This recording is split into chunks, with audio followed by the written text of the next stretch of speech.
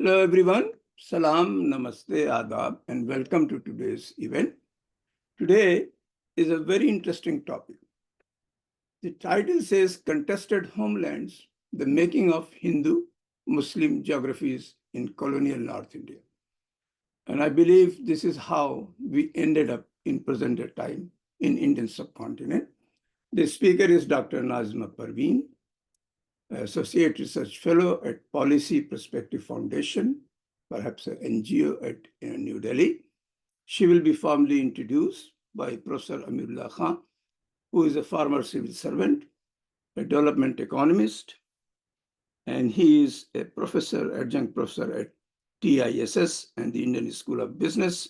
He is also the member of the Telangana Public Service Commission.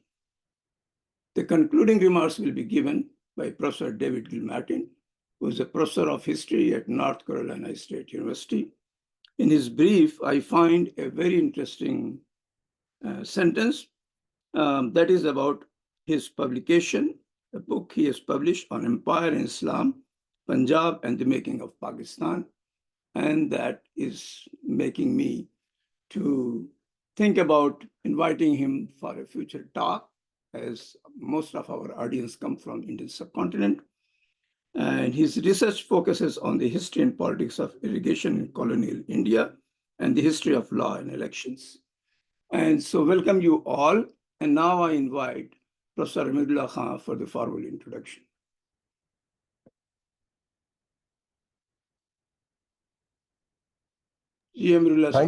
Thank you so much, Razi bhai. Thank you so much. Thanks everybody. I'm absolutely honored to kick this off and to participate in this discussion uh, because of a strange accident. I had not heard of Nazima. Her work was not something that I was familiar with. And purely by chance, I came across her book, which was forwarded to me, which was sent to me by this very dear friend of mine, Professor Abdul Shaban at the Tata Institute. And Shaban said that, why don't you just browse through this book? This is unique and uh, and it will interest you. Um, Shaban is not somebody I take lightly, and despite the formidable nature of the book, I decided that I should read it. And I remember it was on a flight. I was going from somewhere to somewhere uh, and started reading it. Um, and like with every good prose or every good writing, the first thing that struck me was, oh God, this is actually answering questions that I have been asking myself for some time. Questions that we had been trying to ask, were loath to do, hesitant, unsure whether there are answers to these questions. And here is this scholar who's actually come up with cogent, robust answers to vexing questions that were troubling us in an India that was transforming into a country that was unfamiliar. And that's Nazima's real introduction. That she, even at the outset of a fabulous career, uh, started asking difficult questions and answered them in a very well received book, this one that we are discussing. And her scholarship continued. She did. After that, I kept following her very closely and saw the recent monograph that she's just completed with Hilal and others, and the paper that she wrote on water. She has a long history, nearly 2 decades of research, having done some serious work in New Zealand, where she did her PhD. But what I really want to focus on, and what is really Nazima's true introduction, is that she very bravely went and deep dived into the question of India's history and India's geography.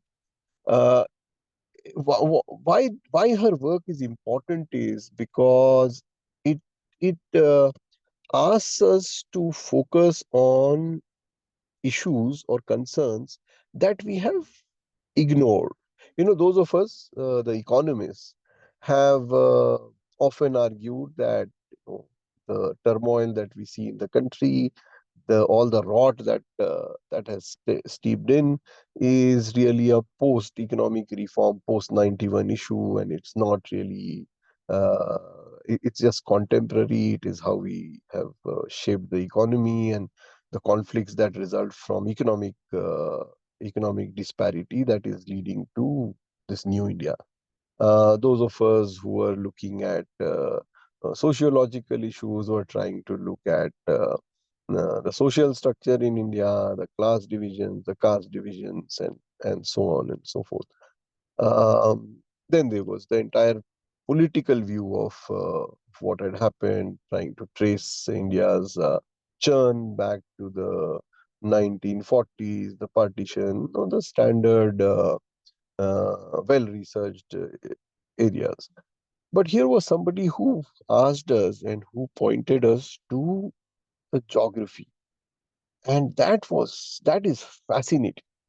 Uh, Her book, to me, is the beginning of trying to understand why um, India's uh, diversity, religious diversity, is the way it is. Why is it that some parts of India are very thickly populated by Muslims? Uttar Pradesh, Assam, Bihar, West Bengal, and then Kerala. But there are some states where there are no Muslims. Himachal Pradesh, Uttaranchal, Tamil Nadu, large parts of Tamil Nadu, and therefore, is there a correlation between large Muslim populations and communal violence? Is there a correlation between large presence of large Muslim populations and the electoral success of saffron right-wing parties like the BJP? Secondly, the entire question of why, this right wing question, which is a difficult question to answer, is why do Muslims ghettoize? Why do they live in certain parts of the country? Mind you, these are big questions, and there is really no literature on how and why this happened. There is enough data to suggest that we have large ghettos in Ahmedabad and large ghettos in Hyderabad. But why? Why did this happen? Even in secular times, even historically, and therefore, I welcome you to this next 40, 50 minutes or so, because this will allow you to get an understanding of how Nazima explains what happened in India through this very incisive and insightful manner in which she looks at Delhi. And Delhi is really a fabulous city that you've chosen, Nazima, because it's a very large city. It is possibly the oldest city in the world right now, and which has had Muslim influence and Muslim populations for more than 1,000 years.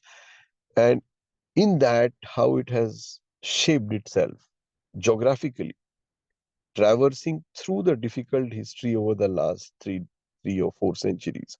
You've done a really, incredible, uh, you know, scenario building and an explanation of what happened to Delhi.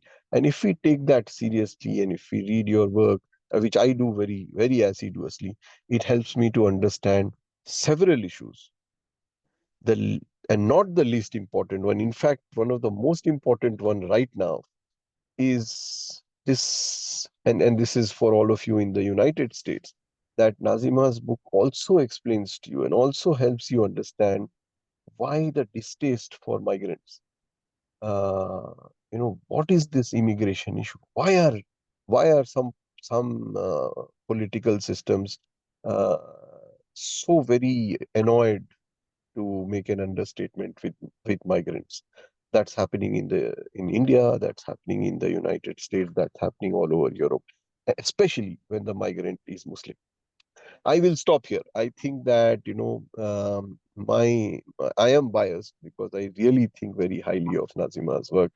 I could say that I could argue that she could have done more. She should have done this with a few other cities uh, to take a critical view. But as I said, I'm very positively biased towards what she has done, and I invite all of you to hear her explain how she did this, because the methodology itself is fascinating and can be very easily replicated, but very importantly on what her findings are and how those findings then relate to understanding what's happening in the world today, including the Muslim world, and the a forecast into how the future will look based on what has happened over the last few centuries. Thank you very much, and over to you. I promise that it will be a fascinating discussion. Thank you.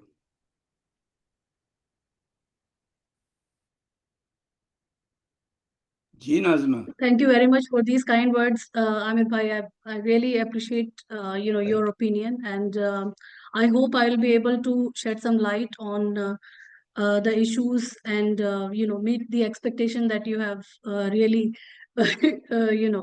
your expectations and the expectations of the audience. So I will just go through some slides and photographs which I actually couldn't use in my book due to very reasons. And so I'll read it. And first of all, I think I should share my presentation here now. Um,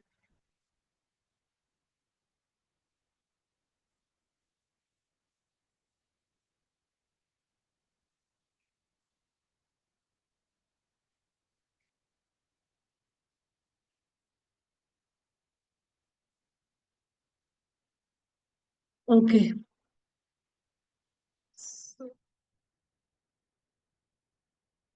So I'll be looking at the other laptop because I'm reading from the other laptop, but I'll show the slides here.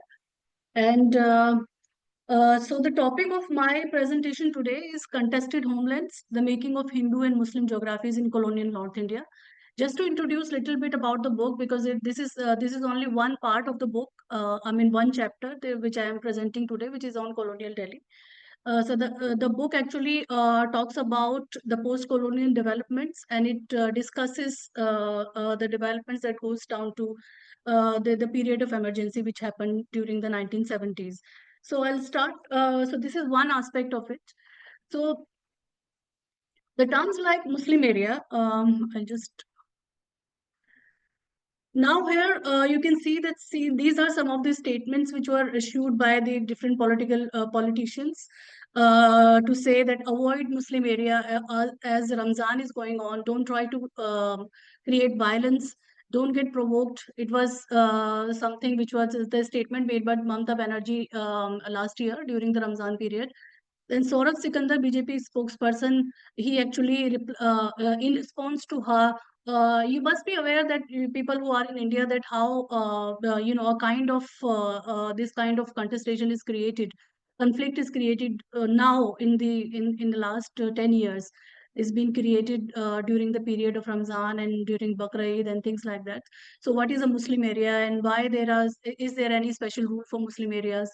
And the other BJP National General Secretary, Ravi, he also said that party does not want any vote from those who have a Pakistani mindset. So some Muslims support Pakistan and have divisive ideology, and they actually vote for Congress. And then there were other discussions where it was mentioned that we should eradicate words like minority and majority in from governance. Every citizen should be treated as at par by our government. So these are some of the very important statements which actually, so what does it mean? Basically it highlights the political, social and cultural construction of the other, which is Muslim area as a communal residential space. And at the same time, it's really important to understand that Muslim area also comes always presented in a binary opposition to Hindu area, or which is now projected as something which is the Hindu space. Or Muslim vote meaning to evoke the definition of constituency or Muslim vote bank. And at the same time, the term minority and majority is understood only in communal terms, not in any other terms.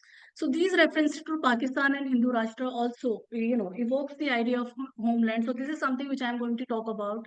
So the terms like Muslim area, Hindu area, and Muslim constituency have become popular and contested more than ever, especially in the last 10 years for many reasons. It is either Muslim area specifically, either referred to as a ghetto to discuss the issue of Muslim marginalization and religious segregation in the academic discourse in the wake of the findings of the Sucher Commission report 2007, or it is used as a synonym of Pakistan and called mini Pakistan to provoke the question of Muslim loyalty, citizenship rights, and belonging in the contemporary political popular discourse. In both cases, the Muslim area is placed in a binary opposition to the state-centric notion of secular nation space, or what is now being projected as Hindu space in the contemporary political discourse. On the other hand, uh, the recent aggressive claims of turning India into Hindu Rashtra, a Hindu homeland, have redefined the claims over residential as well as public spaces. It has not only re-established the idea of Pakistan as an adversarial and antagonistic other in politics, but has also intensified the contestations associated with the North Indian Muslim identity and space with new forms of violence. Such evocation of communities as homogeneous groups and demarcation of residential spaces as fixed units re-establishes religion as the prime and only marker of identity in the popular political parlance. These demarcation and contestations are taken as a given phenomena in scholarly interventions on Muslim area or communalism. The complex and long historical process of the politicization and communalization of religious identity and living spaces in different contexts has rather remained untouched in these discussions. The paper makes a modest attempt to revisit these complexities by investigating the crucial transformation of community space relationship in colonial North India and its multiple implications. It raises two fundamental questions.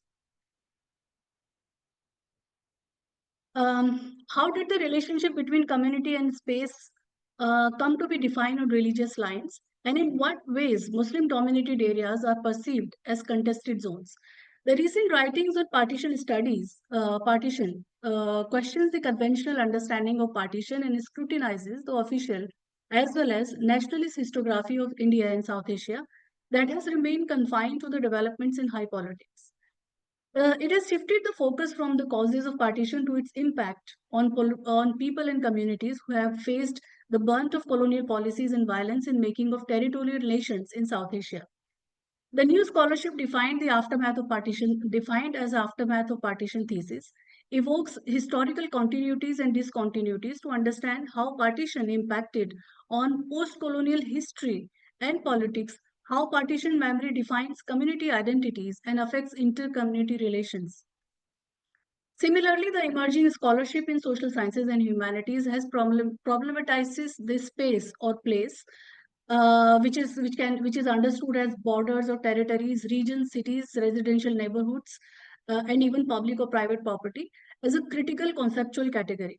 Accordingly, the space that appears to be empty, quote unquote, neutral, natural, or even commonsensical in today's world, in our case, Hindu Muslim ilaka or constituency, is conceptualized as a social political construct and a product of historical processes. It is argued that the spaces through which we move and the places in which we live are thoroughly political, if not always explicitly politicized. Politics shapes the very homes, streets, and cities in which we live, defining the spaces and places in which we are able to pursue our lives. This spatial turn has challenged the idea that space is fixed, unproblematic. So this is something which, thus examining the process of identification, demarcation, organization, and or reorganization of space on the basis of religious associations. My paper questions the dominant imagination of Muslim space or Hindu space as an objective, homogeneous, and permanent category. It tries to understand the socio-political and administrative processes of the transformation of caste craft-based shared community space into segregated communal pockets, which is Hindu area, Muslim area, and mixed localities. The paper focuses on colonial North India, Delhi, Punjab province, and the United Provinces. This region witnessed violence, religious conflicts over the issues of cow sacrifice, religious and sectorial festivities, and so on, which took an organized form towards the end of the 19th century. However, my case study has been Delhi because of its historical relevance as a capital city to examine process of the transformation of community space relationship from colonial to post-colonial period.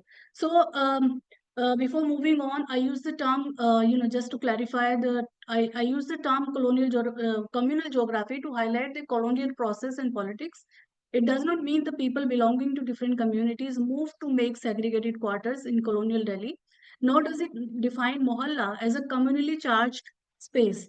Instead, it refers to the official process by which residential pockets were redefined as communal spaces, which changed their imagination. This concept is helpful to capture the complex interconnections, intersections, and manifestations of administrative policies. So I take, so this is the this is the Delhi, this is Delhi I'm talking about, and this is a map showing the Shahjahanabad. This is the internal, the area of the city. Shahjahanabad, which was later expanded, and this is a most, it's a 19th century map, late 19th century map, which shows Shahjahanabad is shown here, and these are the extended areas. So I'll show you that how the contestation that started in the Delhi mohallas, traditional mohallas, actually expanded with the expansion of the city. And so I take 4 examples. I present 4 examples to elaborate this point. First, I will look at the reorganization of the city, demarcation of public routes and residential quarters through municipalization and policing, and the identification of residential wards as political constituencies. In the later part, I'll briefly discuss how these changes produce a discourse of homeland by showing the interconnection or the flow of contestation from local to regional and from the municipal politics to high politics and vice versa. So first of all,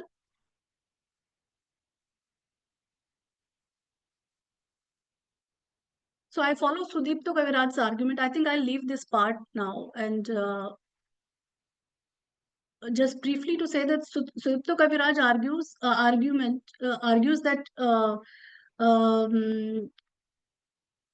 the principle of community construction in traditional India was different. These communities were fuzzy in two senses. First, the complex sum of different identities such as caste, village, or region was fuzzy. There wasn't any overarching community identity available to them that could claim to represent all the layers of social bonds of an individual. And secondly, the communities were not enumerated. So this is something to talk about the pre-colonial community formation.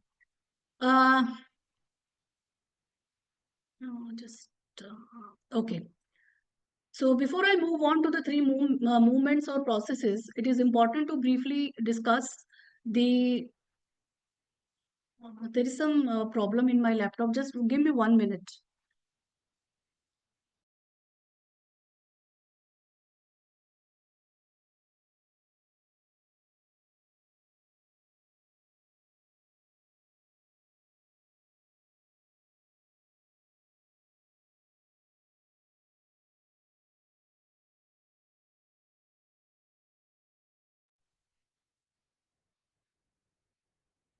Sorry about that.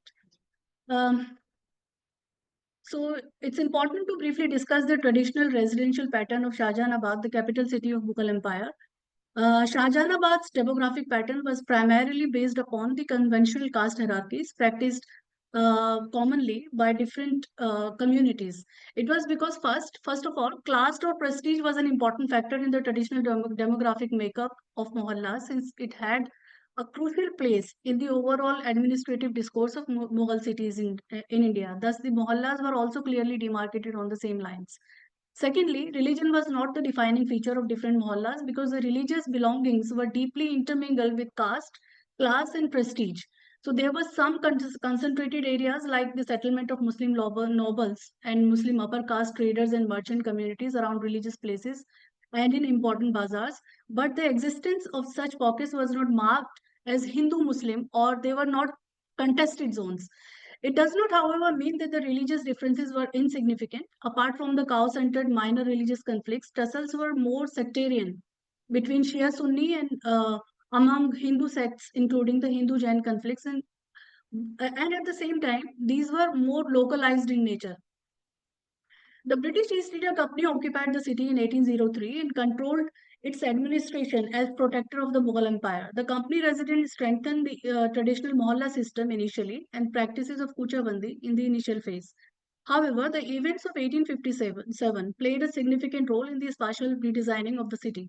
With the establishment of formal colonial rule, the British authorities became highly concerned about the security and social conflicts that may pose a challenge to their power. Thus, so I here discuss the first example, which is the 1857 reorganization of city space on religious lines.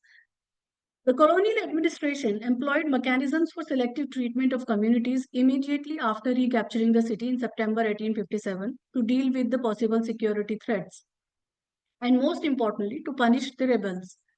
After the initial indiscriminate killings and forced evacuations, the British Army resorted to the selective treatment of Muslim population because Muslims were categorized as traitors in British perception of the revolt. In this shifting, because of the involvement of the the Muslim Mughal ruler, the Muslim aristocrats and Muslim sepoys. In this shifting administrative structure, loyalty towards the British was established as a defining principle in official vocabulary. Thus, the British officials employed three measures to punish rebels. So, first,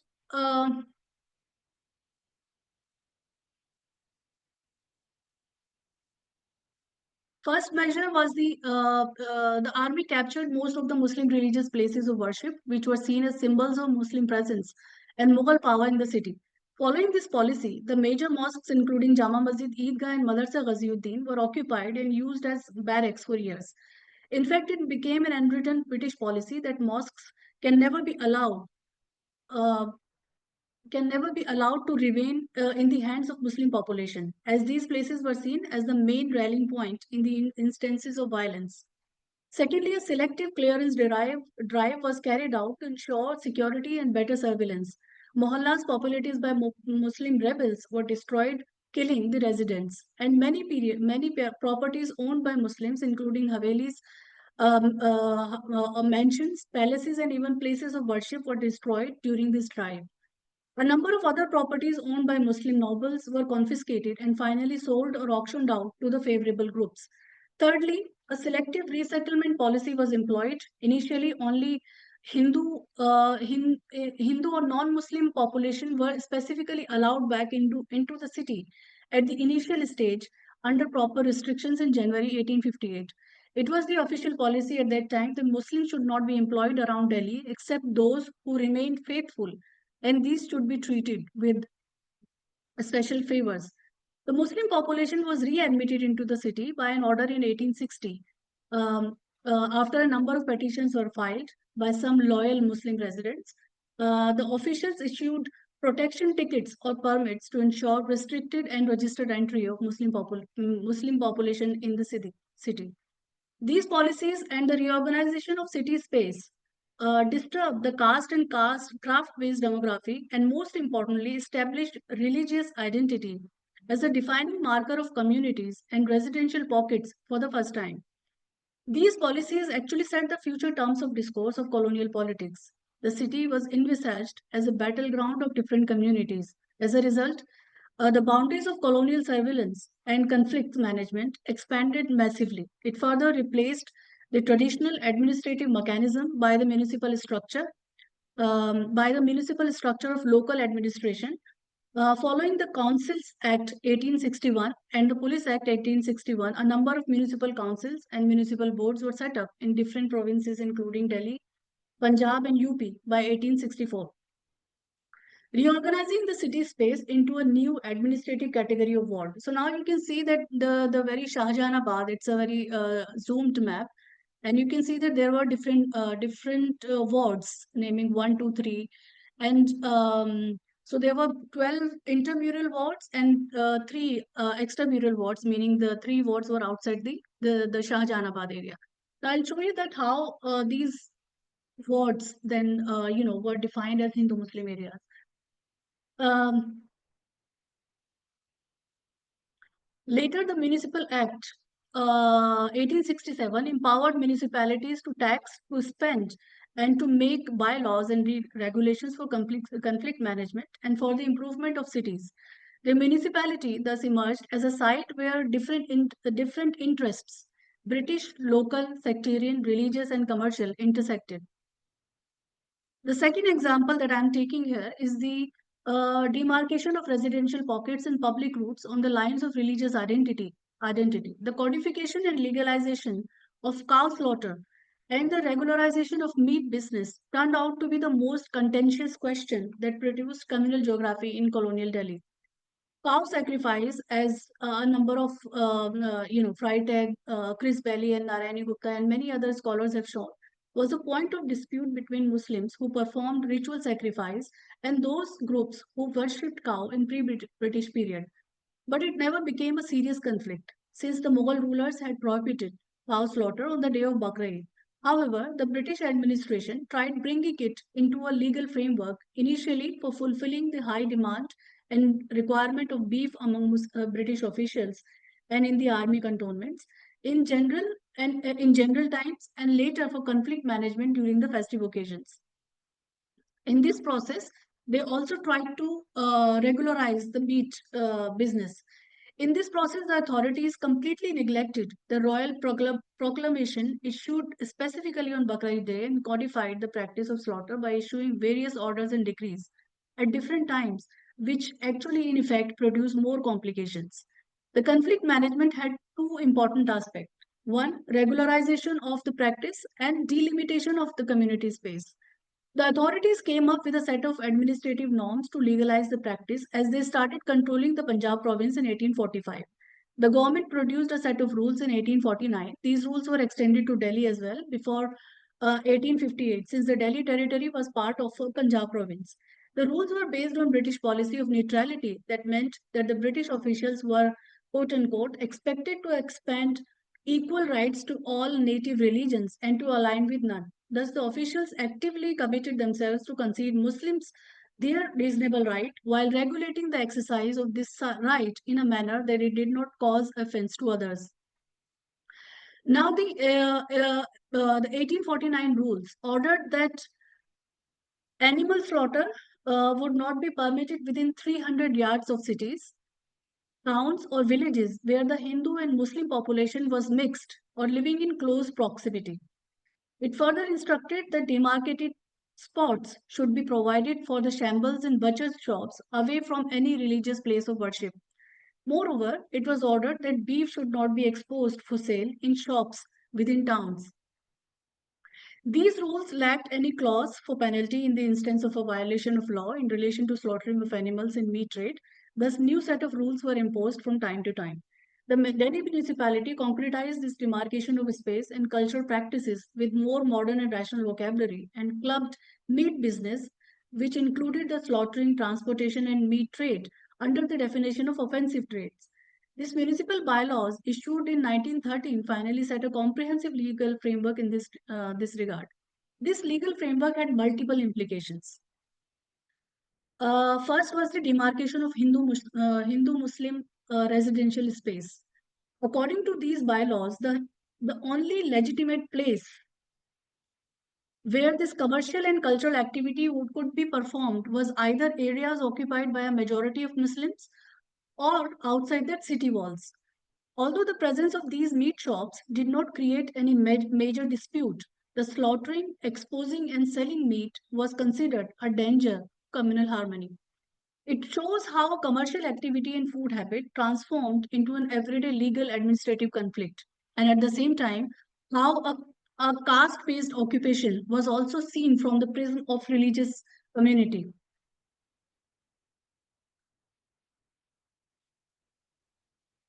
Um, Second was the demarcation of public routes on the basis of religious identity through the mapping of prescribed zones on the basis of religious association of residents for better regulation of slaughter and meat trade.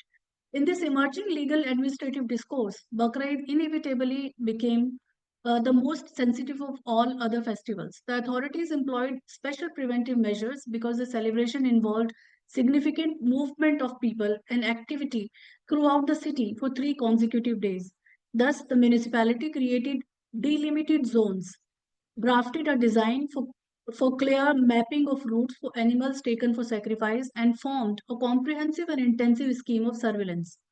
Accordingly, the animal slaughter was allowed only in 3 delimited zones. Now, let me show you the map again. Now, if you look at this map again, so you can see that the dark spots or the dark circles are actually were identified as Muslim Mohammedan Ilaka.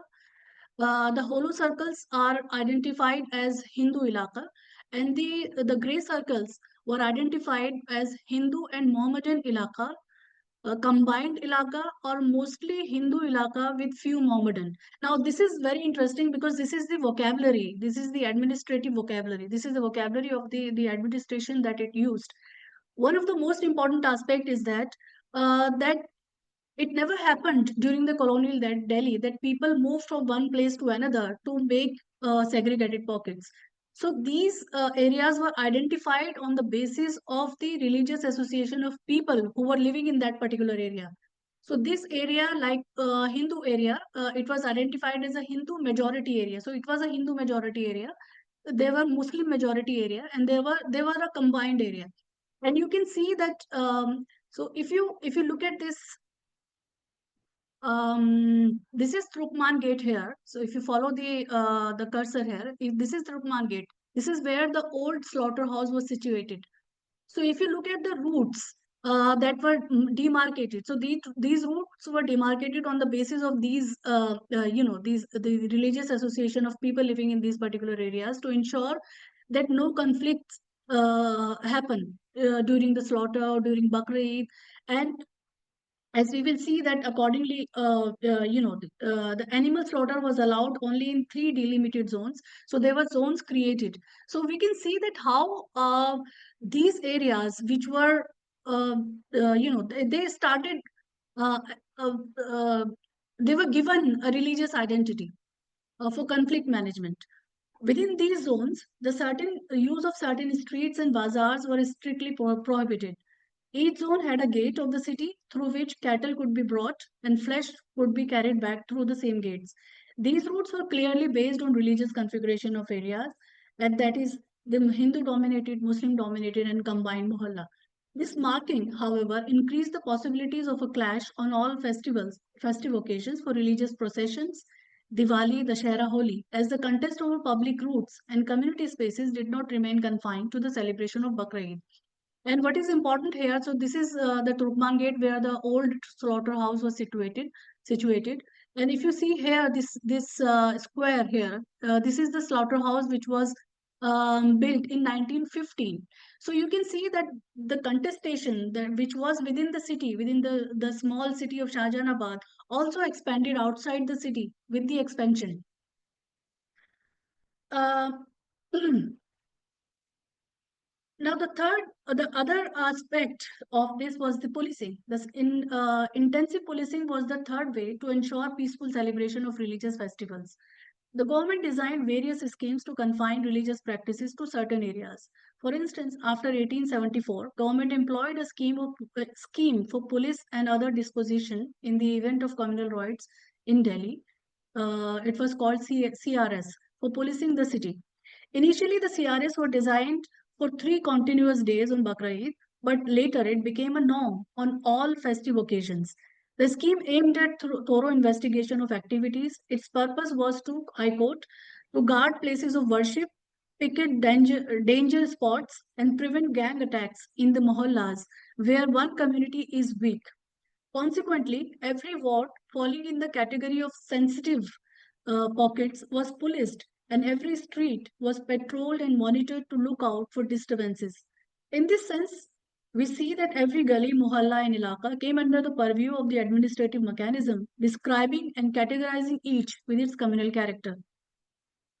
The measure used by policing concretized the communal and spatial contestation by codifying the Hindu and Muslim area as sensitive and dangerous spots, danger spots, and classified any act outside the prescribed region of practice as illegal and criminal.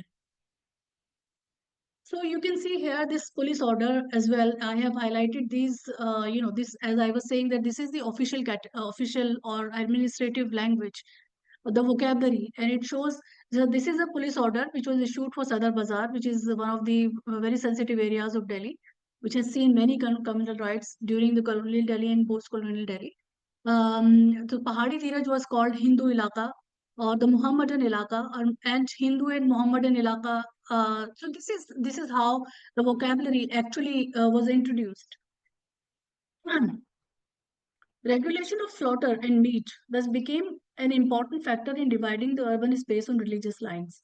The listing of people for ensuring peaceful and restricted slaughter redefined the act of sacrifice as a specific community affair, while the identification of a clearly marked public places and public routes replaced the notion of common or collective space of the city governed conventionally by Mohalla Panchayats. These initiatives contributed to the consolidation of religious identities and their association with demarcated space for performing sacred religious practices.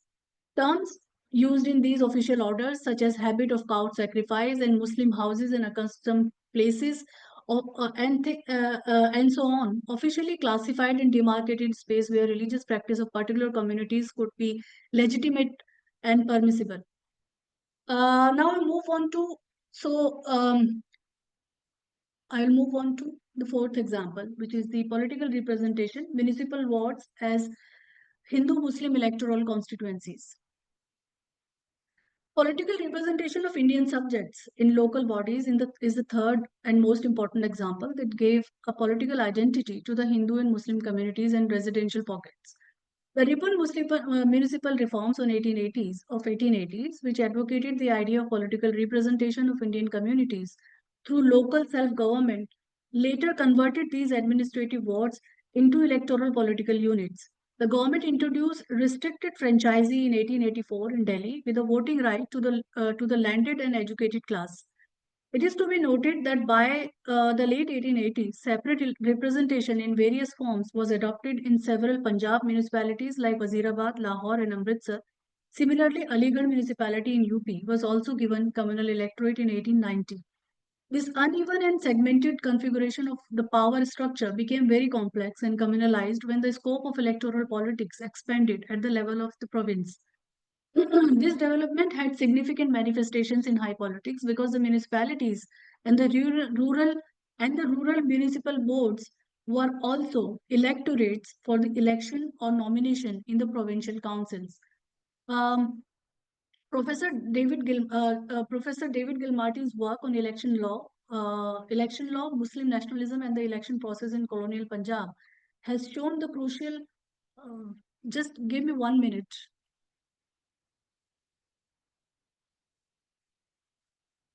I don't know for what reason there are some updates coming in this laptop. So, Muslim nationalism and the election process in colonial Punjab has shown the crucial interconnections between voting, religion, and political representation. It has shown how these debates and election process consolidated religious identities in North India. Narayani Gupta explains that the first election results in Delhi did not show any immediate religious polarization, but it created divisions and bifurcations among the religious communities at the local level, which eventuated later in the form of serious communal violence towards the end of the 19th century. Most importantly, the questions such as who represents whom gradually emerged and eventually transformed into the famous debate on joint versus separate electorate.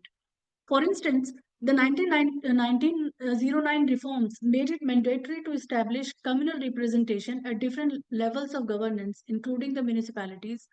After much deliberation, it was extended to Delhi municipality in 1910. The Chief Commissioner's statement on the need for communal representation in Delhi explains, which is explained here. Introducing the separate representation in Delhi, the Chief Commissioner pointed out in each ward, Hindus must vote for a Hindu candidate and Muslims for a Muslim. Otherwise, in some of the wards where Hindu predominate, they would control the election not only of the Hindus but of the Muslims too. This is a specific colonial form of representative politics which was debated, negotiated, and translated, but very importantly, not rejected by the religio-political elite in the arena of local politics. Um, um, Consolidated religious identities in political terms. Thus, the communal demarcation of boundaries consolidated with every reform in 1919 and 19, later in 35. Consequently, every single administrative policy issue was seen through the prism of adequate political representation, defining everything as a Muslim and Hindu issue. Furthermore, the political elite envisaged electoral representation as a way to assert dominance, make legitimate claims over conflicting issues, and most importantly, to influence high politics. Various political parties, various political parties, sorry, various political parties, religious groups, and election boards were formed on communal lines to be the political and official voice of the community. They claimed to represent, to spread cultural awareness, and to ensure fair elections. Now we can see that number of political parties, which includes Muslim League and many other groups. Later on, Akhil Bharati Hindu Mahasabha also came into being.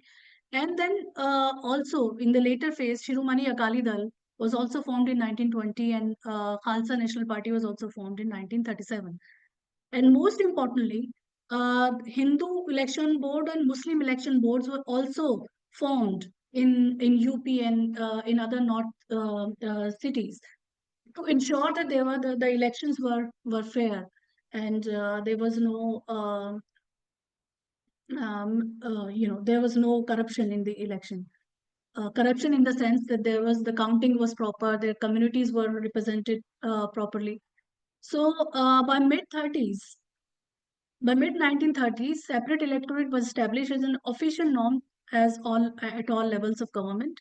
The most crucial aspect of these developments was the definition and delimitation of communal territorial constituencies and franchisee qualification, which was constantly modified to make the governance more representative. By 35, the separate electorate was granted to almost all religious minorities with a voting right to 10% of population. The Indian Delimitation Committee, 1936, was formed for the delimitation of territorial communal constituencies allotted to the general, which had now become Hindu, which had also now become a communal category because all the other minorities were defined as were given separate electorate. The Mohammedan and the Sikh population for the proper balancing of interests. The general criteria of the committee's proposal were for the delimitation of these constituencies in different provinces was based on the recognized administrative units, whether the tehsil, the thana, the taluk, district, or the division. The committee consulted the detailed proposals of the local governments for the delimitation of the territorial communal constituencies and for the allocation or reallocation of seats and so on. The Delimitation Committee recorded many such cases where, apart from the rural-urban consideration, the local government pushed for the reorganization of constituencies on the basis of the communal character of the district. For instance, Aligarh and Lucknow were recognized as Mohammedan urban constituencies based on their predominantly Mohammedan culture and Muslim character, while Calcutta and Banaras were granted general or Hindu urban political identity due to their Hindu character, the center of Hindu learning, of Hindu institutions, of Hindu social life, and Hindu political activity. Unquote. Such status was granted on the basis of the recommendations of the local government and is strong, according to the Delimitation Committee, I quote, a strong expression of public opinion of the respective provinces. In this sense, each administrative spatial units, wards, district regions were officially demarcated into Mohammedan, general Hindu, Sikh, Indian Christian, and other SC and ST electoral constituencies. Moreover, Enumeration, the census conducted every decade also became controversial because the electoral rolls were prepared on the basis of census reports. The community representatives filed various petitions to the Census Commission for proper and fair enumeration of their respective communities with the proper recognition and registration of their distinct identity. These developments had three implications. First, now if I go back to that, I completely forgot to move the slides, but this is something which I have read already. Now, if I go back to the map again, so now you can see that the mohallas, which became an administrative unit of a ward, and then we see that how these mohallas were identified on the lines of religious identity. And then now we see that how these mohallas were not only the mohallas where communities were living, but they also acquired a political identity. So they were now political constituencies, as the municipalities were granted representative form of governance. So these developments had three implications. First, the limited franchisee demarcated residential wards as Hindu-Muslim electoral constituencies, which were simultaneously identified as majority and minority areas in official and political terms. Secondly, the division and discord over space, which had taken place around religious differences, acquired a political overtone. Terms like majority and minority became the most viable political categories and established as the only way to express local grievances. In fact, the call for a separate electorate was interpreted as the only expression to translate cultural claims um, uh, into political and territorial rights. Finally, the fear of collective marginalization and the discourse of religious differences penetrated deep into the localities of Delhi. That was the reason why the body of cow emerged as a significant political symbol in electoral campaigns in the post 1925 period. The relationship between community and space evolved during the 1857 and 1940 period, produced a complex matrix of identity and politics. The British administrative mechanism created multi-layered divisions through categorization, classification, enumeration, and spatial mapping of communities. These techniques of administrative control, however, had a much deeper impact on the self-perception of social groups. Every locality dominated by a particular community turned out to be its homeland in official and administrative terms, where the communities had a legal and political right to perform their cultural practices in some sense. Yet, this political recognition not only came in constant conflict with the historically evolved spatial framework of the caste craft based residential pattern, but also transformed every gully, mohalla, or ilaka city, and eventually the nation into a contested zone. These collective claims assumed a violent and organized form, especially in the communal discourse after the 1940s. So now I will briefly talk about um, uh, the last part, which is just to talk about the ideas of homelands. A discourse of homeland emerged from this long process, which concretized community-space relationship in communal terms. The contested and competing imaginations of the geographical entity called British India was one of the most crucial aspects of this discourse, which found a political currency during the 1940s. Savarkar's claim of Hindu Rashtra or Akhand Bharata and the declaration of Pakistan in 1939 evoked the questions of belongingness, rights, representation, and governance, and produced homogenized and territorial notion of nation. The idea of Pakistan divides the vocabulary of Hindu and Muslim area into Hindu majority region, Muslim majority region, and minority zones. I have discussed three parallel and dominant ideas of India in my book, which is Nehru's and Congress's imagination of a united and inclusive India, and divisive idea of India, including Jinnah's and Muslim League's claim of a Muslim India called Pakistan, and Savarkar-led Hindu Maharashtra Sabha's claim for a Hindu Rashtra or Akhand Bharat. The protagonist of these conflicting notions of homeland made a clear distinction between what is and what should be to make a case for an ideal and pure nation. They envisaged a homeland as an unfinished project, something that had to be achieved. Although this distinction was very much linked to the transfer of power from the colonial state, the discourse of homeland offered templates for the communities to imagine their collective identities and relate them to their living spaces.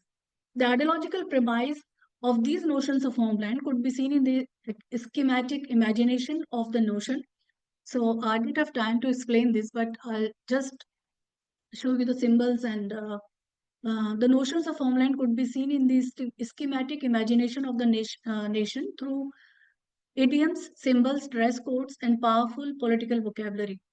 For instance, different political groups introduced the vocabulary of homeland for mobilization in the gullies and mohallas of Delhi through the formation of a number of volunteer organizations.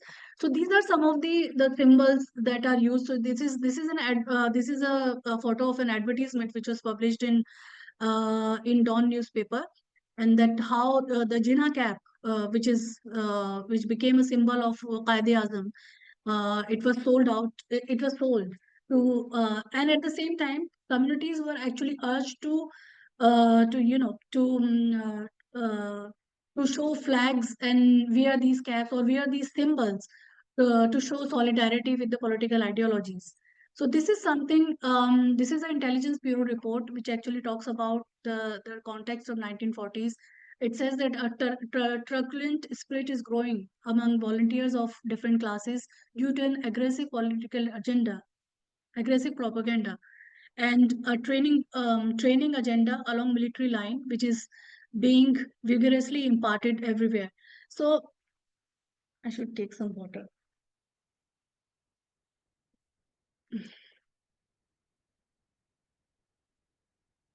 Um,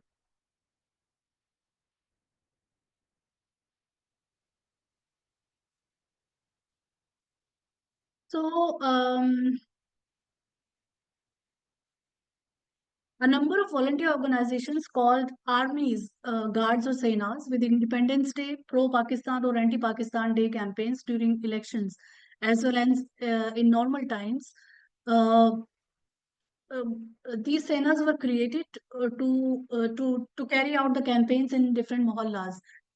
Professor Gilmartin's work has also shown how Muslim League also infused the idea of Pakistan into every Muslim-dominated locality in a similar vein, propagating it as the responsibility and religious obligation of every Muslim to contribute to its achievement by voting in favor of the League candidates. And we could see that, I've discussed it in detail that in my book that how different political parties did the same thing. They run these campaigns, and so this is a photo of um, uh, this is an image of Hindu militarization board, and this was issued by Savarkar in 1941, because we know that there, at that point of time there was it was a period of war, and there were army recruitments happening in Delhi. And we know that both, Muslim League and Hindu Mahasabha, all these organizations actually were supporting the British war efforts. And at the same time, they found this opportunity to actually, to provide army training to youth. And this declaration or this issue actually, uh, declaration actually it says that there is a need to militarize Hindu youth, and it should be ensured that the Hindu youth is militarized in proportion to Muslim youth, and that Hindu youth should be in every force, whether it's army, whether it's navy or air force, in proportion to Muslim the population of Muslim youth or the number of Muslim youth. So this is how it became so divisive. So there was an unprecedented rise of a number of community defense groups like the Hindu Sena, Rashtriya Swayamsevak Sangh, Rashtriya Seva Samiti, Hindu Rashtra Dal, Lok Sena, Congress Seva Dal, Muslim National Guard, Majlis-e-Ehrar ul-Islam, and Khaksar Tehreek. These groups encouraged the militarization of youth in different ways that reinforced the display of collective strength as a weapon of defense. Youth associated with these organizations often carried weapons for self-defense, dressed in a specific costume that represented party ideology, and marched on different streets and mohallas of Delhi to mark their presence and instill a sense of security among their quote-unquote respective communities. It seemed that each homeland had to be achieved locally in order to be heard nationally. Most importantly, it created an anti-Muslim atmosphere in North India, where Muslims were in a minority. This is the Intelligence Bureau report, and then this is a clipping of the Dawn newspaper, and it also shows that how these resolutions were also passed, and it says that the following is the full text of the and at the bottom of it, if you read, it says that it is now for the nation to carry it out.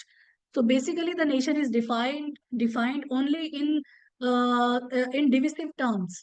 So and this is another clip of the Dawn newspaper, which is started in 1941. And what is more important is that the Dawn newspaper already started using the term Muslim India. And after some time, after the 1942, they started having a column which called Pakistan News. So they already started, naming or identifying those regions, those Muslim-dominated regions, as Pakistan. On the contrary, the Hindu idea of India, it actually refused every claim, and it defined the geopolitical entity called British India as Hindu Rashtra, which is specifically only for Hindus. So these activities in Delhi intensified with the continuous failure of negotiations in high politics between Congress, Muslim League, and colonial rulers. These negotiations established that only a power sharing arrangement between the two major political parties could prevent communal disputes between Hindus and Muslims and determine whether British India would be better off united, unified, or divided. Now, this is, if you look back, this police order. So this police order, which was, the policing, which was actually planned to be carried out, or these police orders were actually prepared for limited period of time, but it was extended. Initially, they were extended in every 5 years. Then they were extended every 3 years, and now we can see that even till 1946, we had this kind of police orders, which actually were there to ensure that because each mohalla has become a battleground because of these kind of propaganda, these kind of campaigns, and these kind of the voluntary groups which were marching in each street. Now, this is a very interesting map, and this is a map which I have taken from Ambedkar's book, which is Partition of Pakistan of India, and it shows that how by this time uh, this imagination of India has completely changed. So it did not remain to gully or mohalla. It actually became a nationwide imagination that how India should be imagined. And, what is very important is that the idea of Pakistan actually made this kind of discourse very powerful. And we can see that not only the demarcation of or the imagination of India in this way, because this is something with Ambedkar actually he he, uh, he actually questioned that if Pakistan happened, or if partition happened, that this is how India would look like. So you can also see the color combination. This is the original map that I have taken, and so this is how the India by that time was imagined. So the cabinet mission in 1946, if you see, uh, officially rejected Jinnah's claim for an independent sovereign Muslim state and suggested the formation of a constituent assembly to draft a constitution for the whole of India. However, interestingly, the cabinet mission also re-established the communal categories. The Constituent Assembly was to be divided into three sections. Section A was to combine Hindu majority provinces. Section B was to combine Muslim majority provinces, and Section C was for Bengal and Assam. So, just a second. So I'm just finishing now. This is the CID report, which actually CID report and the fortnightly report, an abstract from that, and it shows that how the educated elite actually translated these ideas of homelands into localities, and how they started taking more became more active in these voluntary groups like Rashtriya Samsevak Dal or Muslim National Guard and other organizations which were there to ensure that whenever there is election, they happen in a fair manner, and wherever possible, they could campaign on the same lines. It demonstrates that the encounter between colonial administrative policies and Indian realities redefined space community relations. Most importantly, the officialization of religious association as the prime marker of identity changed the way communities imagined themselves. The discourse of homeland reinforced communal demarcation of space and led to the partition of the Indian subcontinent into Muslim majority region and Hindu majority regions, leaving the minority regions and mixed zones contested forever on both sides. Partition was the beginning of a devastated and violent division of boundaries, histories, families, properties, and a new divisive discourse. It was for the first time that people were forced to move towards segregated pockets. This is just another abstract from that. It was for the first time that people were forced to move towards segregated pockets within the cities they belong to and between the cities of their residence. Even the refugee camps were divided into Hindu, Sikh, and Muslim refugee camps. Indian state emerged as a secular republic and rejected religion as a marker of identity from the official discourse, replacing it with a more neutral category of minority and resorted to celebration of culture and diversity. However, the meaning of minority, which was constitutionalized as a neutral category, was to reinforce a division between Hindu majority and non-Hindu minority in politics in the backdrop of partition. This distinction re-established cleavages and differences internal to the categories. Thus, the contestation of Muslim space continued to survive with the grim realities of partition. Now, if we look at, so this is another again I'm showing that map, and this is a map which shows the expansion of the city, and so the green Nazima, the excuse hut, me, you have to wrap it up soon. yes, is Yeah. the final thing. So the green spots are the Muslim zones because people started moving from Muslim minority areas to Muslim majority areas for security, and these are the camps. And the red spots actually shows the locations of communal rights that took place. Uh, so I argue that the notion of communal space in Delhi and North India is is a product of a long historical process. The discourse of homeland and the realities of partition demarcated space on religious lines and established Muslim dominated areas as segregated, exclusionary, and contested zones. Muslim area acquired a permanent identity as Muslim zones that needed protection or mini Pakistans that were a site of internal threat in different political contexts. These localities turned out to be those pockets where the dominant ideas of nation had to be engineered, materialized, and practiced in different political contexts. So this is the last slide, which actually shows that in that particular movement, and how the Randhawa was the deputy commissioner of Delhi at that point of time.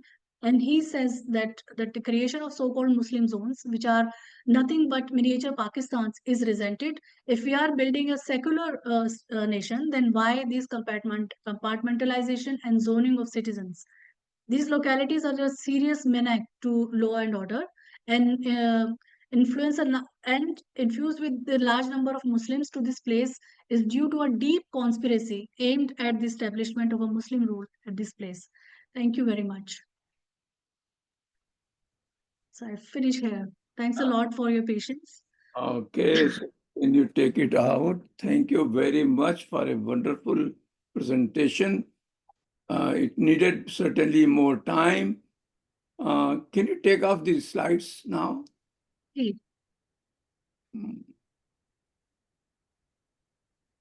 It certainly needed far more time than 40 or 45 minutes, but it was a wonderful presentation. Now we just wait for the concluding remarks by the Professor Gilmartin. Thanks. And thanks to Nazima. This is really a great subject and a really important one, I think. The question about space and its relationship to identities and to politics is one that is being widely taken up by historians, and it's one that is really important, I think, and has not been much examined, a bit, but not much. So I very much want to thank you for the presentation and for your book and the work that you've done.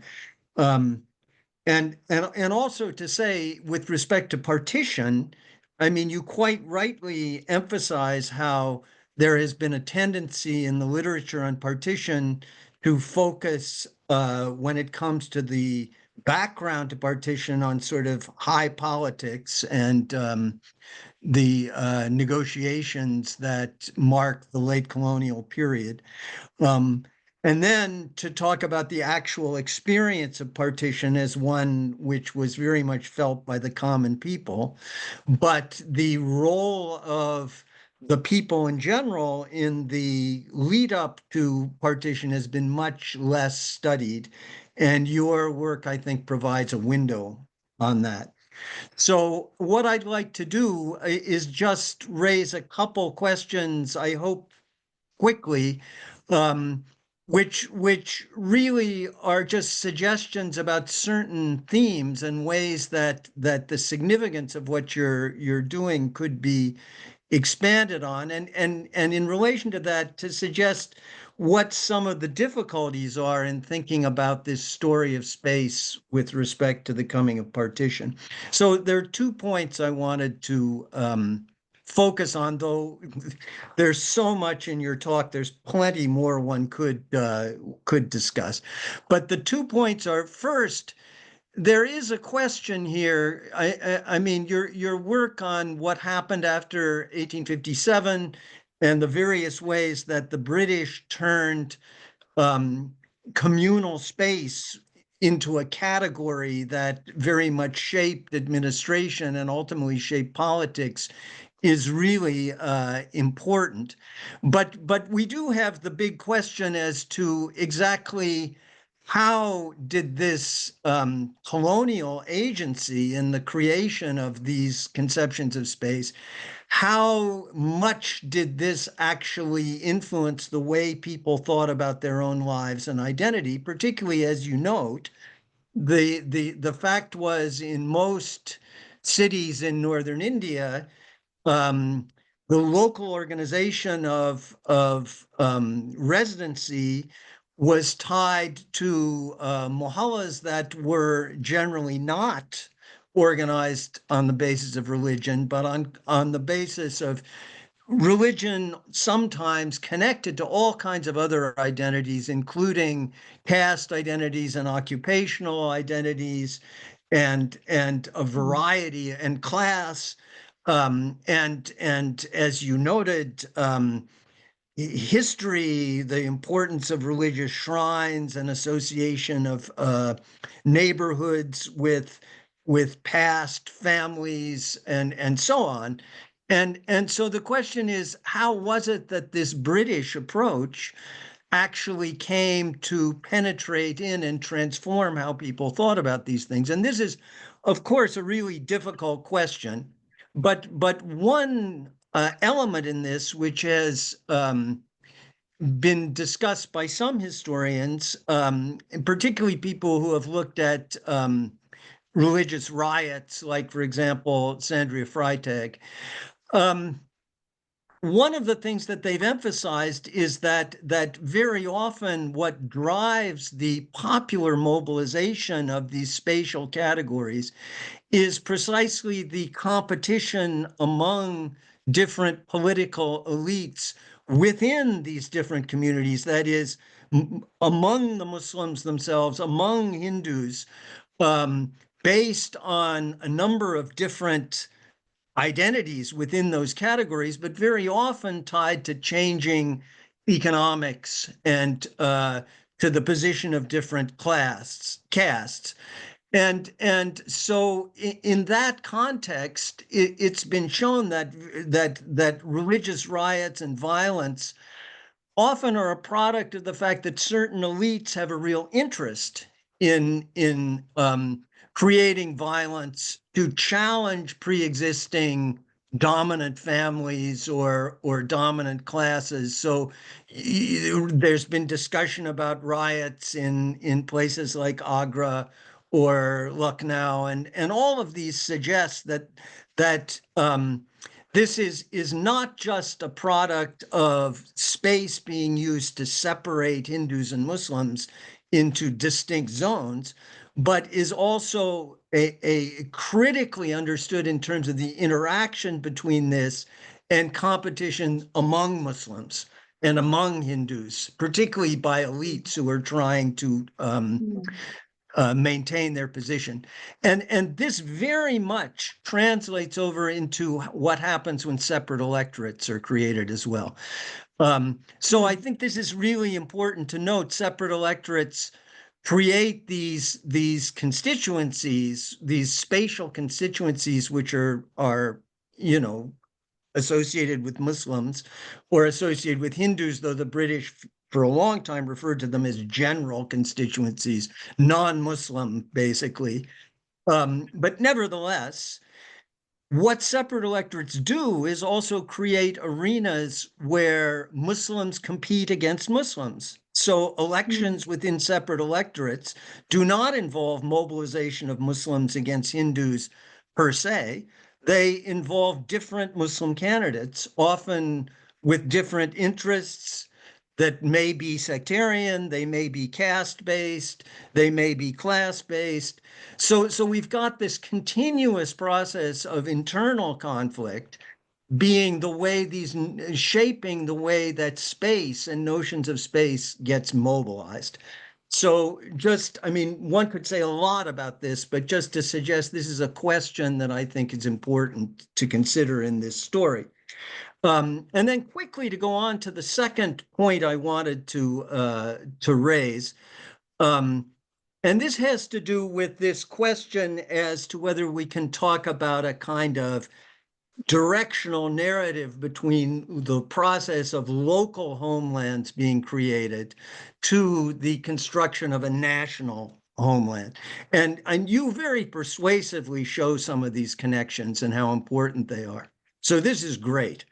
But having said that, one also wonders a bit about this because whatever the power of these local notions of of Muslim space or Muslim homeland, one of the features that is most evident in looking at the run-up to partition and to the background before we even get to the cabinet mission plan is that there is this huge ambiguity as to what particular space may be associated with as Muslim space.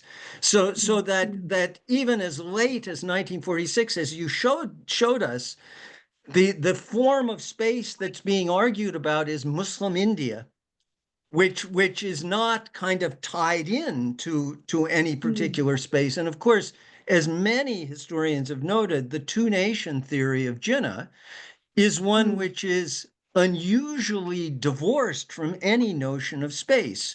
There's the space of India as a whole, but within that, all Muslims fall into his notion of two nations, whether they live in what was defined as local Muslim space, whether they're part of a majority area, whether they're part of a minority area, whatever, they're part of this nation as he lays it out. And so this very much drives this process. And I'm struck, there's this relatively new book by Rotem Giva on Delhi and called Delhi Reborn, and about the politics leading to partition and what happens afterward. And one of the things that she notes is the degree to which many Muslims in Delhi saw Delhi as central to their conception of Muslim India. Delhi was preeminently a Muslim city associated with the Mughals.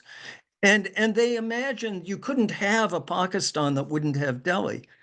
And yet, of course, according to a Muslim majority theory, Delhi could not be part of Pakistan. So there's this huge ambiguity. And so the question I'm raising is, how do we draw that connection? In one sense, Pakistan grows out of Muslim space, but in another sense, Pakistan is noteworthy for the very degree to which it's an imagined state, which in its origins is divorced from territory.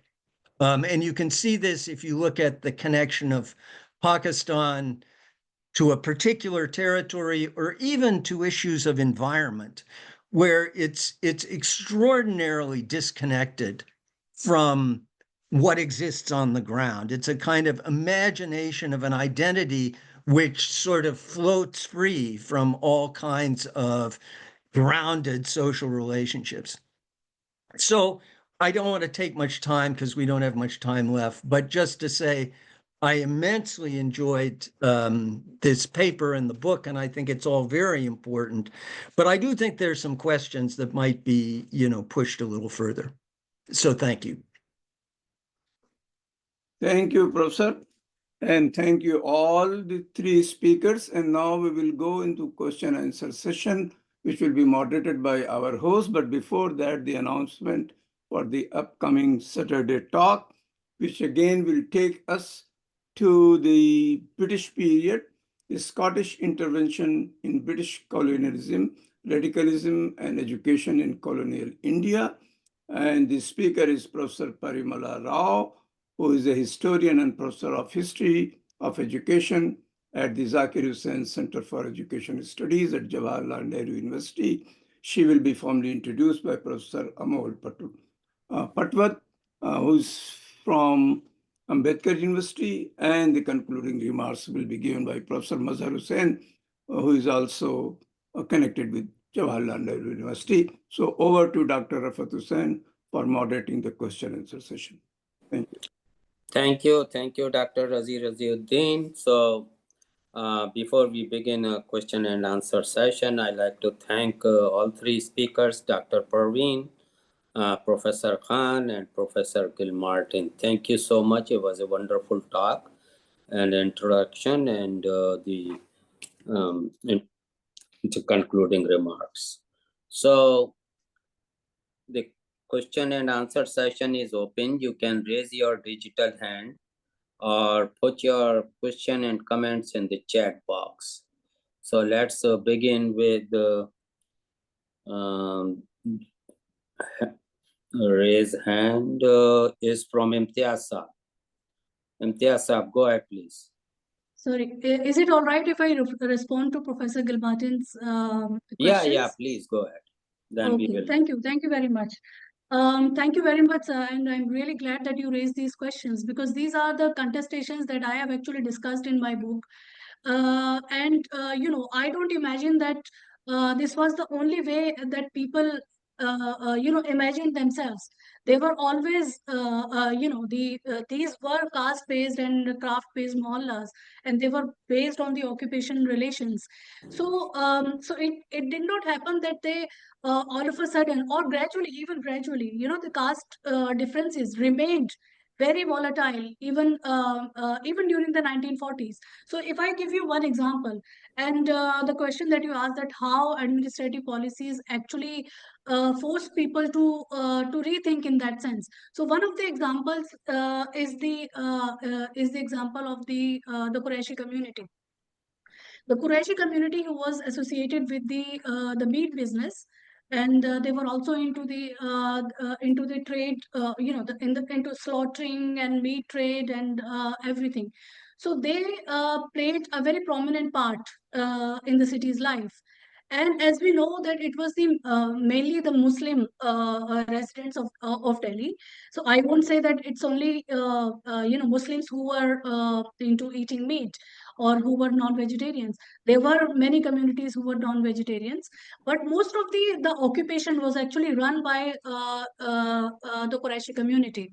So what happened is that when these kind of bylaws were initiated, And the meat shops were shifted from one place to another, with this argument that the meat shops situated in Hindu-dominated areas or quite mixed areas, they created a kind of communal scuffle. So that was one of the reasons that, and this is something that um, the Muslim identity becomes prominent in that sense, not because the Qurayshi community started looking at themselves only as Muslim, but because of the way the different newspapers, if I remember, the Observer newspaper or many other newspapers, or this political elite who was actually trying to translating these administrative policies and laws and bylaws into different language and communicating with these people. They started politicizing this. Now, if I give you an example of, and this is something I have discussed in my book as well. So there was an incident of plague, when plague broke out in Delhi. And so there was a conflict over, and the municipality issued an order that all the meat shops should be closed down. Now, the municipality was divided on this particular issue, and they were divided to say that it's not the meat shops which are creating problem or of rats. It's actually the grain shops. Now, the grain shops were actually mostly owned by the Hindu Banyas, and the meat business was run by Muslims. So this kind of, so you are completely right that there were no clear demarcations. There were inter-community relations, but this is how the meat business become very problematic.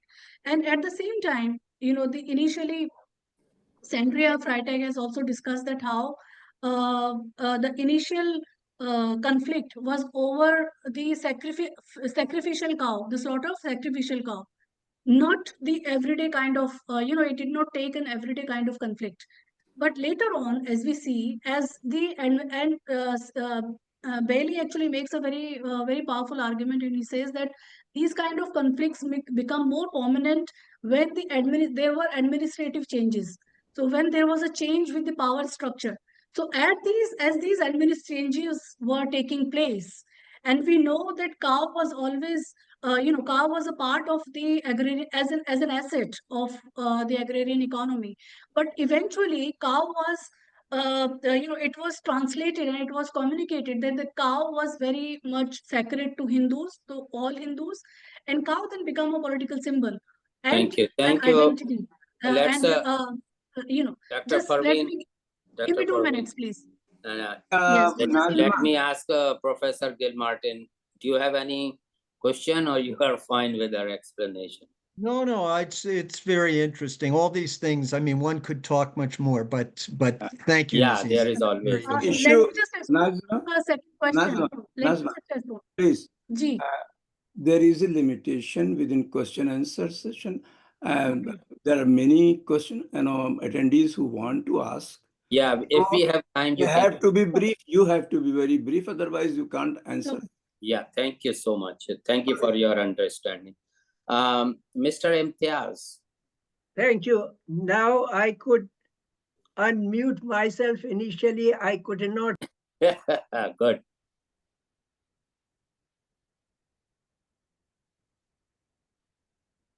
You are mute again. Okay, now good to go. Fine. So thank you, Nazima Sahaba, for your study, historical background and analysis, and very interesting maps and literature. My question is about the shrinking segregated space for Muslims in India. And this is not only recent, but it has been going on for some time. The consequence of this is that Muslims feel a kind of containment and a resentment. This is an unhealthy situation for progress and development of India. What measures are possible? A thought in my mind is something like Singapore model on a small scale, just one city in India. Would it be possible where they do not allow segregated spaces. They have unified, combined spaces where the people of Malay background and Chinese background and Indian background, they are all mixed together and they live very harmoniously. Is it possible to do it in India only in one city to begin with? I don't actually have an answer to that, but about the shrinking spaces, I would just like to say that, and this is something which is my focus as well, that rather than the making of Pakistan, my work has focused on the idea of Pakistan, that how it actually created that kind of bifurcations in society, and how that idea of Pakistan actually created a divisive discourse. So what I argue is that after the independence or after the partition, these ideas of homeland did not die, or the idea of Pakistan actually did not die for India. It was reformulated, and it remained, it continued to survive as an adversarial other. And because the idea of Pakistan was very much associated with the Muslims, and Professor David Martin was very right to say that there were many, the Muslim community or Muslim opinion was not homogeneous. There were many Muslims who were actually against that idea of Pakistan. But even then, the anti-Pakistan campaigns were actually became anti-Muslim campaign everywhere, specifically in North Indian cities. So when we talk about the survival of that particular idea and how the Muslim zones or Muslim ilaqe are seen in a secular India, because in a secular India, you don't want to have a Muslim, communally divided space. As you are saying that, Singapore is a very secular country. So you don't want to see that kind of segregation. Now, I would like to come back to that question of shrinking space, that this is the recent politics has, in the last 10 years, and specifically after the 1990s, when religion started making a presence, the religious identity or religious marker of identity started making a presence in the Indian politics after the 1990s, with the destruction of Babri Masjid and with so many other issues. So we see those kind of contestations getting revived, getting a new form, and the Muslim identity has become once more contested in that sense. Now, if you look at the community, I don't.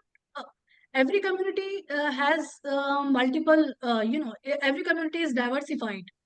It's the identity that we give to that particular community. If we want to look at that particular community or space as a religious space, then it's a religious space. If we give that identity, a caste identity to that particular space, then it's a caste space. It's a Dalit space, or it's a Adivasi space. So this is something that an Indian state did everything to actually decolonize when the Indian state, when after getting independence, the Okay. Mr. Nehruvian Parveen, state please be actually brief. rejected the religious marker of identity as an official category. Thank you. There is another question from Abdullah Hassan, Mr. Abdullah Hassan, and in the chat box. I think one needs to address the question of the formation of Hindu identity in the areas in pre-1857 that the East India Company administered. Since the pre-colonial taxation system was based on religious identities, most non-Muslims were identified as Hindus. In the process, the upper caste Hindus identified most other Indians as Hindu, although there are many indigenous non-Hindu communities. Also, many lower castes were not comfortable with Hindu identity. So the question is about the formation of Hindu identity before 1857. Unfortunately, my work is not before 1857. And as I said, that the following Kaviraj's argument, the communities were fuzzy, and they did not have an overarching, overarching identity which could define their all their associations. Like, there were and those kind of, the Hindu society was divided, and at the same time, Muslim society was also divided. The society was actually generally divided on caste lines. So this is how we must look at it. And because my work is on not on pre-1857 period, I'm not the right person to answer that question. Thank you. Now I invite Abdul Jabbar Saab. Please go ahead because he has a comment and a question. Yeah, I mean, I think thank you. A very interesting discussion. I had a very similar observations the previous question in terms of pre-colonial construction of Mughals ruled India, vast majority of the area, for more than 300 years. The British ruled about 100 years. So apparently, British the empire has been very successful in dividing people on the basis of religion. That is the hypothesis that's been advanced here. What is that? So you have a 300 years, more than 300 years of Mughal rule. Did they somehow manage division some of the society by force or whatever means? Now you have a democratic kind of construct here by British Raj. So democracy has some sort of downward trend of dividing people. That's what the that is the kind of hypothesis. That is the real reality here. But there was no democracy. It was a colonial rule. Yeah, I know, but I think it's British, the colonial, okay. It's not a democracy, the true sense of the, not like American democracy, but I think it's, they ruled the whole world. And basically the British, they ruled only for 100 years. That means they learned how to divide people, the divide and conquer concept. That's the Mughals somehow, even after 300 years, they kept some level of harmony among people, whereas the British came that somehow reconfigured the whole the nation different ways. And I think it is really important for me to clarify one thing, that one is that when I am talking about colonial Delhi or colonial period, it's not to glamorize the pre-colonial past. The pre-colonial past had its own contradictions. It had its own power structures. So it was never, Indian society was never a clean slate. It was never it was not an equal society, socially equal or economically equal society. So first thing that I should clarify, that I'm not glamorizing the pre-colonial past. This is one thing. Second important thing is that the British, came with their own perception, because for them religion was an important category, and they had their contradictions with the Ottoman Empire. So when they arrived in India, or the colonized India, they had a different perception of society. So with that different perception of society, they found religion as something which could become a prime marker. See, so we cannot say that it's only the or there were no religious markers. There was syncretic culture. There was different kind of community formation, but there were power structures as well. And the other important thing is that we need to keep in mind that it was a shifting administrative structure. It was a shifting power structure. So in that shifting power structure, it's not only the colonial rulers or administrators. It's also, and I have pointed out again and again, that it's also the Indian elite, the Indian political elite, who actually translated those policies and those because they found it useful. They found it useful. They found it useful to negotiate with that. And as Copland has also argued in his book Muslim Problem, that Indian political elite actually did not reject these institutional developments, these institutions. They adopted it. So they negotiated it. So there was a power structure. So whenever I talk about colonial politics, so I talk about the encounter between the colonial policies and the Indian realities. So this is something which, so it's not only, we cannot only blame the colonial power or colonial administration for dividing. We should also look at the power structures which evolved in the Indian society and adhere to those, categories, and at the same time played politics on with the same categories. Thank So, and this you. is one of the We reasons why got India it. was imagined Thank you. differently. It Thank you. doesn't mean that it was only one particular thing, but I have talked about the dominant, dominant view of politics, which determined the future of India. Thank you, Dr. Parveen. We got it. Razi bhai, back to you. I do not see any comment or so. And before I hand over to Dr. Raziuddin, thank you once again for all three speakers. Back to you. Well, there are many who could ask questions, but I don't want to put them on his spot.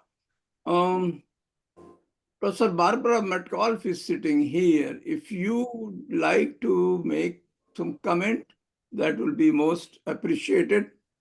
Then Professor Razi Akhil from Delhi University, I also see. These are people from history background. So, Dr. Barbara, so if you want, it's up to you. Or Razi Saab, or anybody else, you are all most welcome. Halal, if you No, want. I don't have any particular comments, just to say how much I've enjoyed this presentation and to thank the two speakers very, very much indeed. It's a wonderful program. Thank you. Thank you. Well, so it looks like people have digested.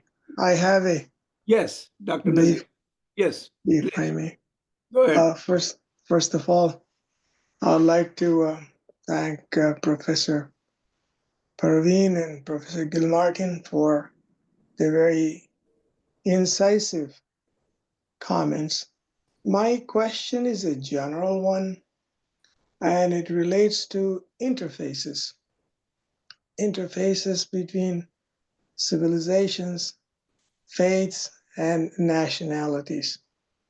It seems to me, as a student of history, there has been a general failure on the part of humankind to evolve acceptable definitions of interfaces.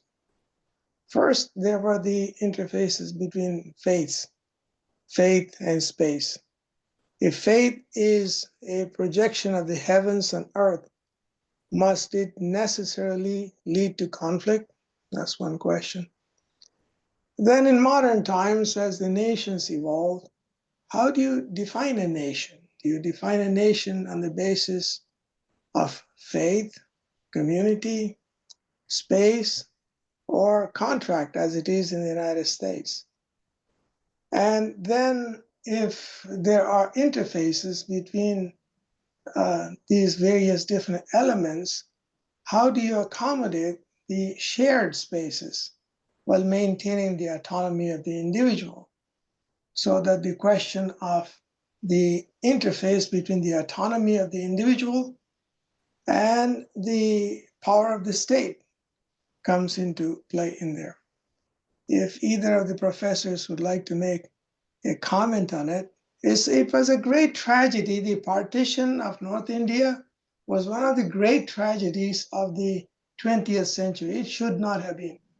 And the people who are at the helm of affairs, Gandhi, Nehru, Jinnah, and so on, come across as small players on the canvas of human history. Forgive me for saying it. They failed miserably. Anyway, a comment, please, if you would. Thank you. If I can, sir. Any of you professors? Martin Gilmartin? I would like to, I would like to. Martin is here. I will be really happy if he can answer that. Well, those are fantastic questions, and as I'm sure you know, very difficult to come up with any answer. But I think the point you began with is absolutely a central one, that on a certain level, religion has to do with, I mean, the entire cosmos. It has to do with the the flow of energy through the universe and how we make sense of it. And that's tied to faith and to many things. But yet, I mean, of course, the great paradox and problem of religion is that how does it actually come to earth, in a sense? How does it actually engage human beings who live in worlds that often have not all that much to do with religion, though ultimately, of course, it talks about things that affect everyone. But so I mean, that's the critical question. Some people would say that there's a kind of contradiction or paradox in the whole idea of a religion that becomes earthbound. And in fact, you find this if you look at the movement for the creation of Pakistan. It's filled with all kinds of appeals to people, which are asking them to kind of leave their normal everyday lives, to reject Baradri and all these kind of what they explicitly call in some cases earthbound connections, to find some kind of identity which can transcend all that. But of course, a nation can never transcend all that. And this is the great paradox of what happened. So, people have written on these things, from the beginning of time. And All right. I mean, they're really important to think about, but I don't have any All right. Thank you. answers. Yeah. Yeah. Razia Pilsa, you wanted to say something? Yes, I wanted to start with thank Nazima for the fine work she has done, the book and the presentation. And some of the questions are with regard to how the politics and the state has managed all the diversities and managing the diversities, contestations within those diversities peacefully or not. So there are moments like 1857, there are moments like 1947, there are 1990s, and the kind of situation we are now faced with. And therefore, the responsibilities of the state and and those in the business of politics. So with regard to the pre-colonial antecedents, so we can see certainly that the state was creating a situation in which all different kinds of communities can peacefully coexist without compromising on their religious identities and without resorting to violence against one another.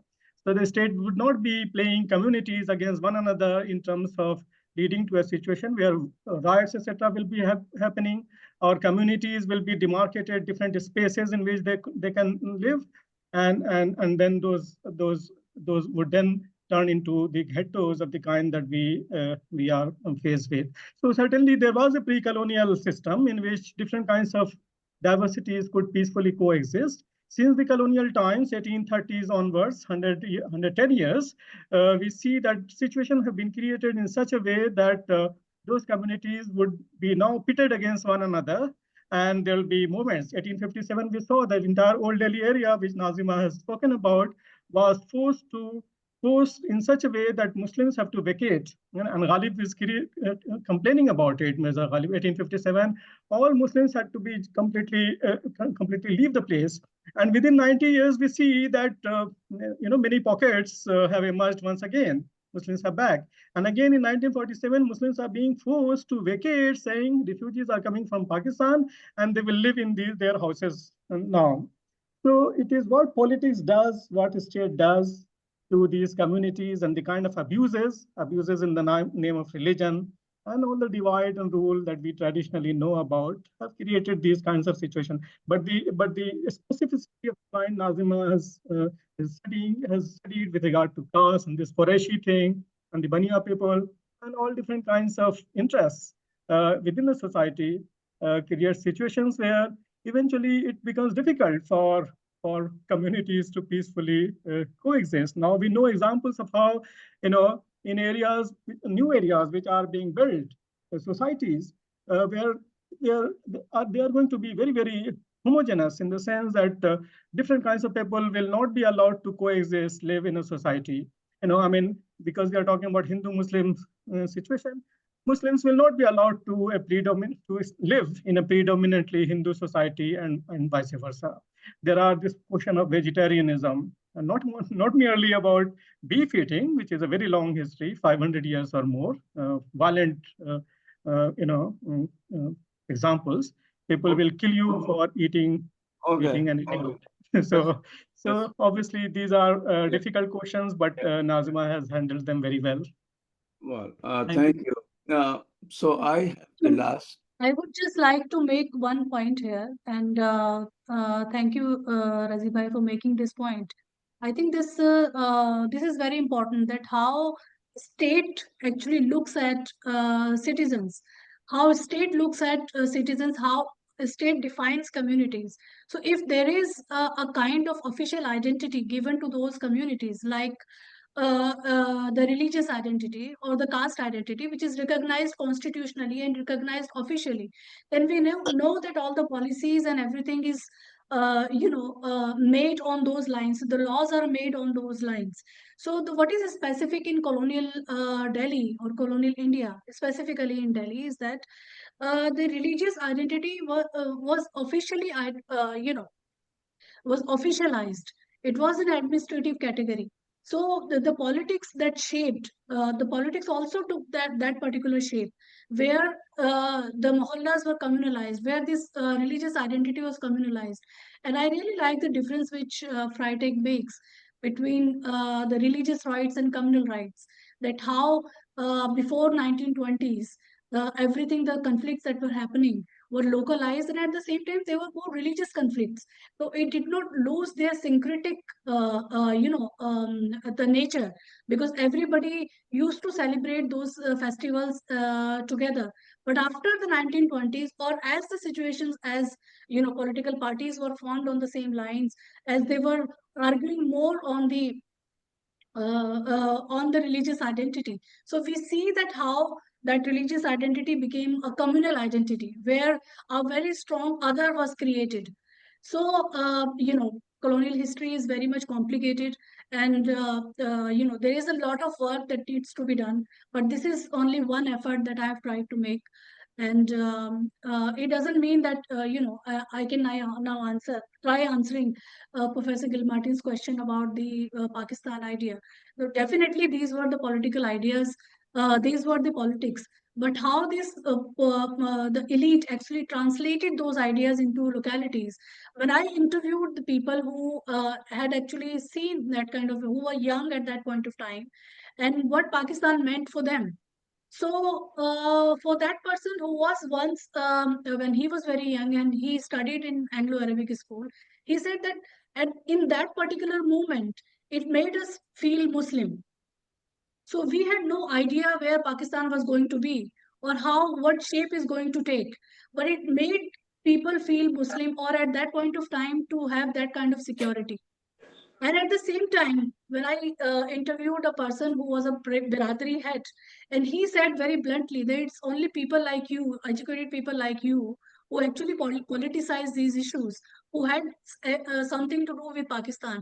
We Biradari people, or we caste people, for whom occupation is very important, we had nothing to do with the idea of Pakistan. So the contradictions or this diversity did not end with the political ideas, with the communalization of religious identity, or with the communal politics. Then those diversities remained, and most importantly, most of the communal violence that took place was not in the traditional areas.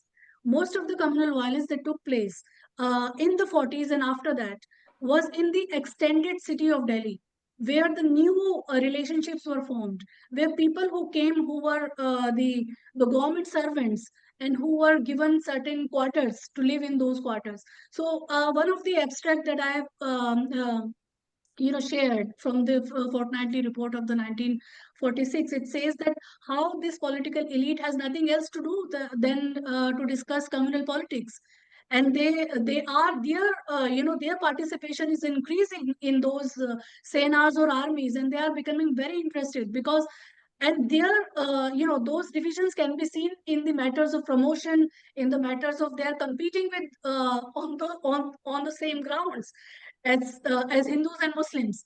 So this is something to do with the administrative policy or the governance or the basically the state, how state recognizes its citizens, how do state recognizes its citizens or communities. So if in independent India, because independent India, it rejected religion as the official category. So the constituency, and it was the territorial constituency. So there was no possibility of that kind of representation on the lines of religious identity.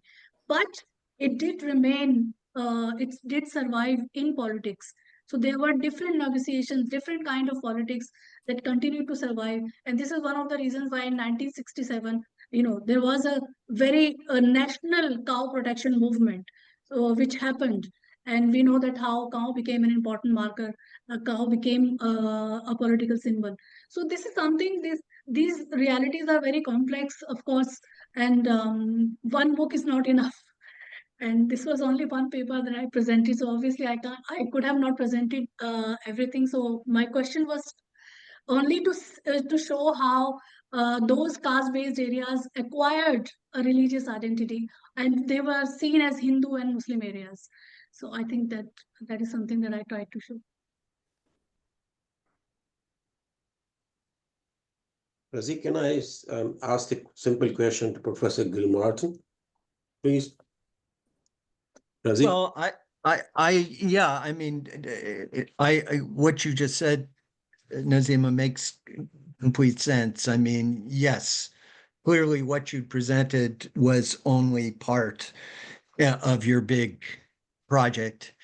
And so my suggestion, I mean, I think it's really great work that you've done and very important. But my suggestion simply was that this question of space, there is a kind of narrative one can follow, and there are these connections that lead from the 19th century right up to partition and beyond, and it's a really important part of that. But yet there are also these contradictions where I mean, it's quite interesting, the notions of space that shape the actual moment of Pakistan's creation are quite different from the notions of space that one finds, or this is my impression. Thank you, sir. So I'm looking forward to your next book. So the last one comment is going to come from Dr. Syed Amir Saab from our neighborhood. Thank you. Going to make a comment. There is I have no great no detail, nothing. We are I'll make out of time. a scholarly question or simple question to Dr. Gil Martin. I am very impressed. The huge pile of books I see in your background. How long does it take to finish those? Well, what the great breakthrough of mine was discovering these book towers you can buy, which allows you to just pile them up, and you can just see them and pull them out whenever you want. But there is a chance that it might fall down. It looks like it does look like that, but they've stood up, and even through a minor earthquake. So and you have impressive in your brief. There is a book, you wrote a book on religion in Pakistan. Yes, I mean, that was, I wrote some time ago about the politics in Punjab and how, and of course, this was, I mean, at the heart of it is the great contradiction that Punjab, which became the center of today's Was not Pakistan, a very willing was part. one of the last provinces to actually come to support of the idea. Yeah. We should invite you for that, really, because that is a very. I remember I'm reading a lot on that Pakistan, Shafi and Iqbal and contradictions and all, Yeah. how this thing happened. Eventually, Pakistan happened and Punjab became the real Pakistan, basically. Yes, absolutely. Amir Bhai, so are you happy? Yeah, thank you. Oh, okay. The only I didn't get the response that how long did it take him to finish all those books? To read all the books. Yeah. Well, you know, the advantage of actually buying books and developing your whole library is you don't need to read them all. You've got them right there whenever you need to pull them down. You acquire them and then once in a while. That's right. If you visit Delhi, Delhi has a certain area on footpath, on the ground. Yeah. Thousands and thousands of books lying there. People just buy a very cheap price. Yes. It's very popular, really, in Connaught Place and everywhere you go. Yeah. Yeah. No, I remember when I was doing research in Pakistan, in Lahore, there was very similar, a book every week, and they had great stuff, actually. So we are out of time now. This is more than 2 hours. Nazima, thank you so much. Thank you very much. It was wonderful. There are many questions left to answer, many questions, more questions are now in the making that, all those things is difficult to answer all. And some questions are always unanswered. And thank you all for making a good session. And YouTube will be ready after a week or so. And we'll see how it goes. Please be, if you... Thank you very much for all these comments, and specifically to Dr. Gilmartin, Professor Gilmartin. I'm really thankful for those comments. All and I'll right. definitely, work on those issues that you have mentioned. Definitely. Thank you, Nazima. Yeah. Thank you Thanks much. a lot. Thank you, everyone, again. All right. Thank you. So bye. We'll see you next Saturday if you wish to come. Thank you, Razibhai. Thanks a lot. All right. Bye.